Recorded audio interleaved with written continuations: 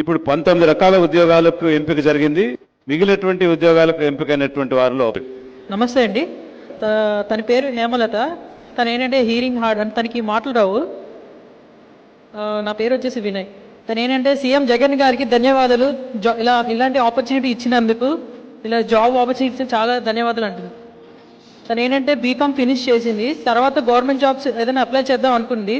తర్వాత మీ నోటిఫికేషన్ చూసిన తర్వాత తను అప్లై చేసిన తర్వాత తనకి ఏంటంటే మెరిట్ లిస్ట్లో తన పేరు ఉంది.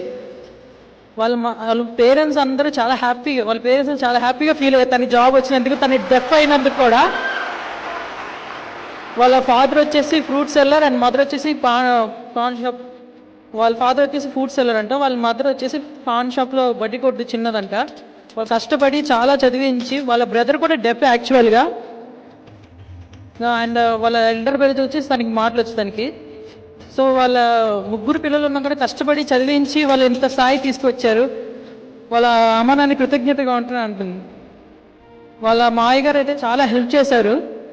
ఎంత అంటే ఇంటర్మీడియట్ అయిన తర్వాత పెళ్లి చేస్తానంటే వాళ్ళ మాయ దగ్గరుండి తను బీకామ్ చదవాలని వాళ్ళ పేరెంట్స్ చెప్పించేది. Okay, thank you very much. Jayashree.